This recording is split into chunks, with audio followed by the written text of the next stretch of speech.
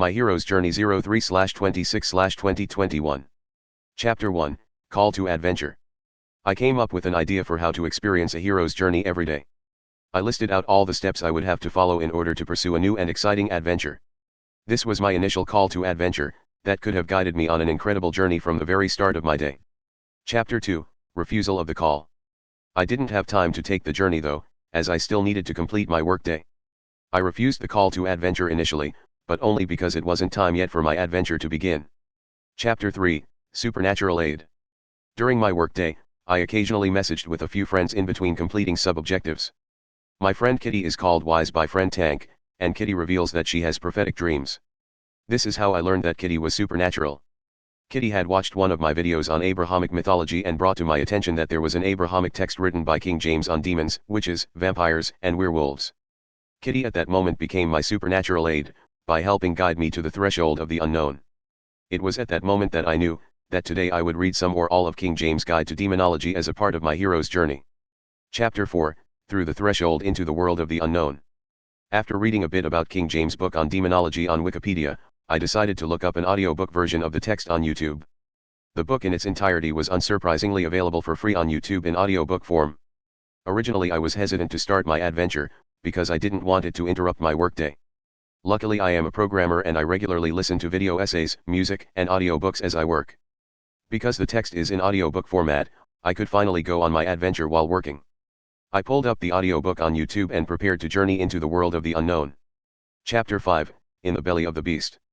Before pressing play, I knew that this text was going to change me. Never before had I read an Abrahamic guide to demonology.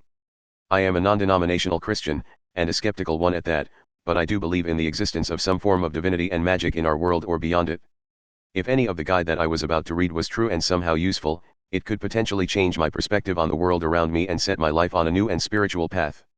Accepting this fact and inviting the idea of transforming myself into something new, I paused the classical music I was listening to and pressed play on the audiobook. Chapter 6, Road of Trials.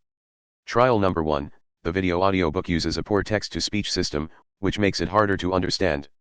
In order to overcome this challenge I found an ebook of the Demonology Guide on Project Gutenberg and used a Chrome extension to read the document in a clearer text-to-speech voice. Trial number 2, before I could really dive into the text, I suddenly realized that I needed to attend a Zoom meeting for work. I had to pause the screen reader, update my work agenda and transition into the meeting within minutes. Luckily I was prepared, even though the meeting had slipped my mind, and I was able to update the agenda and be one of the first people to join the meeting. The meeting went without a hitch and afterwards I was able to jump back into the world of the unknown. Trial number 3, the text is oddly translated, which makes it difficult to understand even with better text-to-speech. I simply do my best to follow along and understand what is being said, while continuing to complete my work. Around 7 minutes in, I have to stop the text-to-speech once again. The text can be understood if I read along with the text-to-speech, but sadly I cannot focus all my attention on the text until after work. I decided in the meantime to listen to documentaries and video essays about King James and his connection to demonology while working. After work, my daily routine and a nap, I decided to just buy a fairly inexpensive ebook of the text translated into modern English. Lying down in the dark with my Kindle Cloud Reader, I was finally able to take an uninterrupted journey into the unknown. Chapter 7, Initial Thoughts on the Unknown.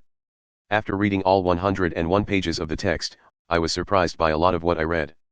Claims are made that fairies and werewolves aren't real, but zombies/witches/necromancers/magicians and other forms of creatures are. Another claim is made that there aren't varying forms of spirits, implying that the distinguishing factors of spirits are man-made observations and not actual limits of a spirit's abilities.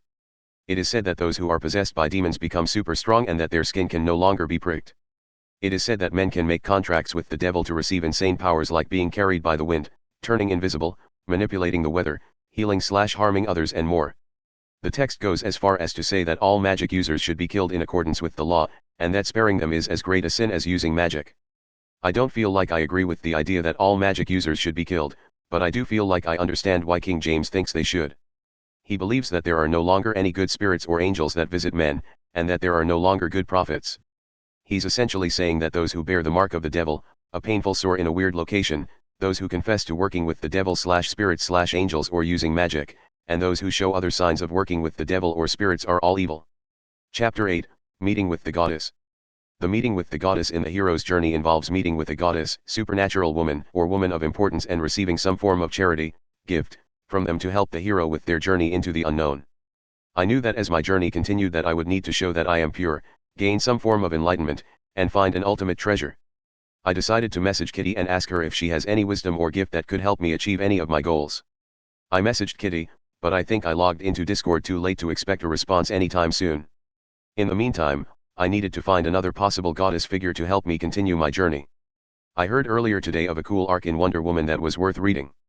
Wonder Woman is a goddess, albeit a fictional one, and her story may bestow some wisdom that could potentially help me on my hero's journey. I decided that I would read some Wonder Woman comics to see if her stories could help me on my quest. The Wonder Woman comic I read happened to be about the power of gods, and the ability to siphon powers from gods to become stronger.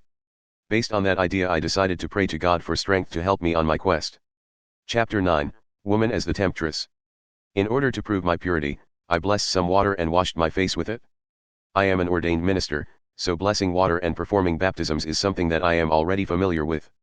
I held some water in my hands, asked God to bless it through prayer, and then proceeded to wash my face as a way to wash away any spiritual impurities. Chapter 10, Atonement with Father. This step is kind of tricky. It involves being initiated by an all-powerful entity in order to gain some form of knowledge or enlightenment. For this step I decided to pray to God to please reveal some hidden truth to me, and I used a guided meditation for spiritual enlightenment. The guided meditation was quite spectacular and essentially exactly what I was looking for. The message of the mediation was more or less that God is always with us and helping us through each and every moment of our lives. The enlightenment I found was more or less a reminder that I need not be initiated by God, because God is already with me. I learned that the greatest secrets are the forgotten truths. Chapter 11, Apotheosis.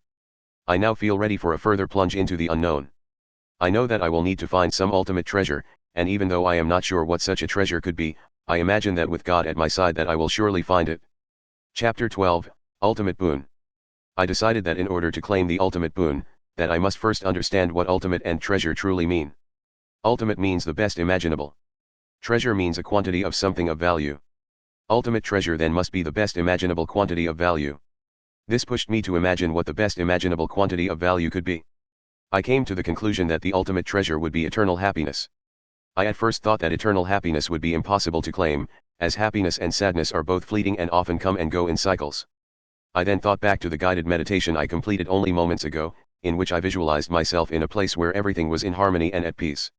I came to the realization that within one's imagination, you can always retreat to a world absent of sadness and hardship where you can let go of the sadness and burdens of existence. The ultimate treasure therefore is my own imaginary paradise, where I can go whenever I need to tap into a sea of eternal happiness and escape the grip of sadness whenever its claws wrap around me.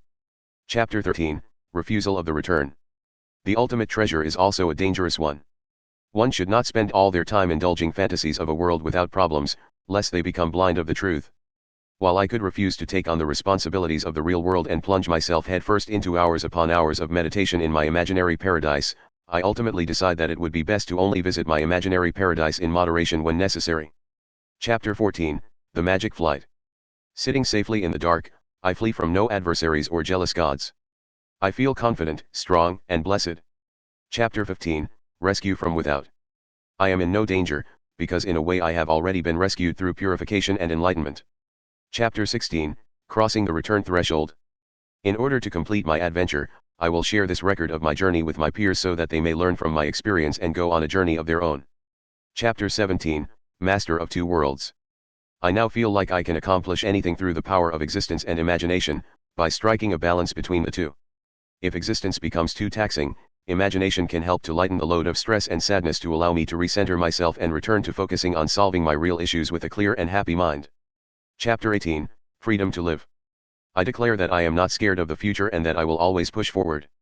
While I have read a text that claims that the world is full of evil spirits and witches, I have no reason to fear such beings, nor do I believe that all spirits and magic are evil to begin with. With the powers of God and paradise, I am excited to one day journey back into the unknown in search of new enlightenment and treasures that lie currently beyond my imagination.